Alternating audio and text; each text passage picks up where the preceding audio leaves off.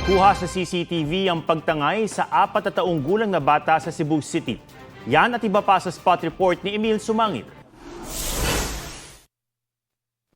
Nakuhanan sa CCTV ang pagtangay ng lalaking yan sa isang bata sa barangay Mabolo sa Cebu City. Agad na dumulog sa mga pulis ang lola ng biktima matapos malamang nawawala ang apo. Matapos ang ilang oras natagpuan sa isang mall ang bata.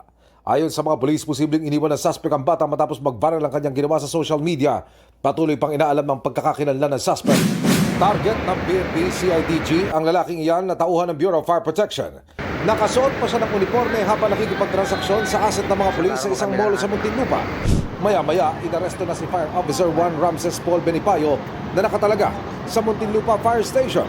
Naniningil umano siya ng 200,000 pesos sa mga aplikante ng lateral entry o yung mga nag-a-apply para maging opisyal ng BFP. Ang ibig po sabihin ng lateral, pinopromote natin ang isang non-officer to officer rank or kumukuha po tayo ng aplikante mula sa labas.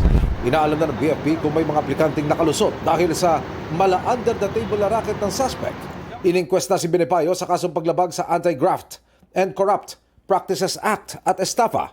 Hindi siya nagbigay ng pahayag. Emil Sumangil nagbabalita para sa GMA Integrated News.